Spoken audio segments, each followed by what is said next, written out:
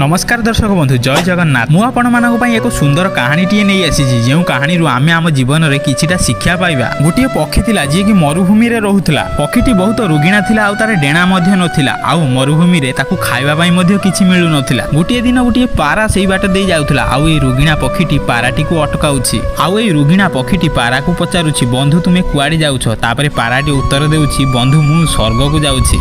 तापरे रुगिणा पक्षीटी कहउछि बंधु मते गोटे सहाय्य करिवो। तापरे पाराटी कहउछि हां बंधु कुह मु कोन सहाय्य करिवि। तापरे रुगिणा पक्षीटी कहउछि बंधु मु एई मरुभूमि रे बहुत दिन धरि कष्ट जंत्रणा भोगुछि मो पई टिके स्वर्गरु बुझिकी आसीबती मोर एई सब कष्ट केबे दूर हेबो। तापरे पाराटी कहिला हां बंधु मु निश्चय बुझिकी आसीबि। एतिकी कहि पाराटी रुगिणा पक्षीठारु विदाय नेला। तापरे पाराटी स्वर्ग रे पहुंचिला आउ प्रवेश द्वार रे देवदूत माननकु सेई रुगिणा पक्षीर खबर देला। तापरे देवदूत माने कहिले पक्षीर जीवन रे आगामी 7 वर्ष पर्यंत एहीपरि कष्ट लेखा जाईछि ताको एमिति ही 7 वर्ष पर्यंत कष्ट भोगिबाकू पड़िबो। तापरे पाराटी देवदूतर कथा सुनी मने मने भाबिबाकू लागिला कि रुगिणा पक्षीटी जेतेबेले एई कथा सुनिबो बहुत मन दुख करिवो। तापरे आगकू पाराटी देवदूत माननकु कहूछि कोन एथिरु बंचिया पई किछि उपाय अछि। तापरे देवदूत माने उत्तर देले कि एथिरे कोनोसी उपाय नाही मु जाहा कहिबि सेई कथा को सब बेले से कहूथाउ। जेतेबेले ता जीवन रे सब बेले कष्ट आसीबो सेतेबेले से कहिबो एही सब पई भगवान तुमकू धन्यवाद। फेरिला बेले पाराटी जेतेबेले रुगिणा पक्षीटी को भेटिला से सेई देवदूतंकर कहिथिबा कथा को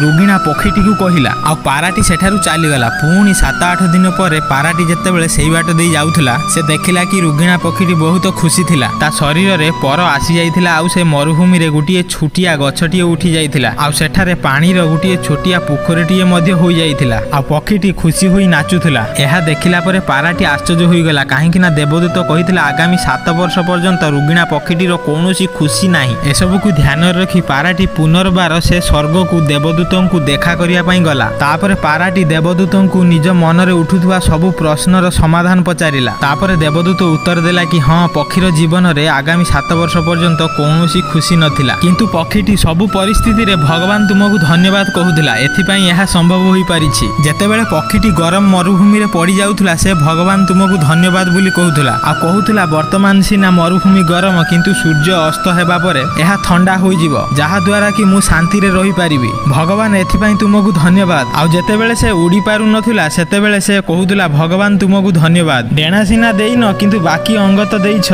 जहा द्वारा मु खाई पारुछि पी पारुछि आ चाली मध्ये पारुछि। एही परि भाबे ता जीवन रे जेते सब कष्ट आसुथिला से भगवान को धन्यवाद कहि से सही जाउथिला। सेथि पई तार 7 वर्षर कष्ट 7 दिन रे समाप्त होई गला। सांग माने ई कहानीटी निश्चित भाबे आपनक जीवन रे विचारर परिवर्तन आनिबो। जदि भिडियोटी भल लागि थाए ताल भिडियोटी को लाइक करी चैनल टी को सब्सक्राइब कर दियंतु। आ मो तरफ आपण समस्त को जय जगन्नाथ।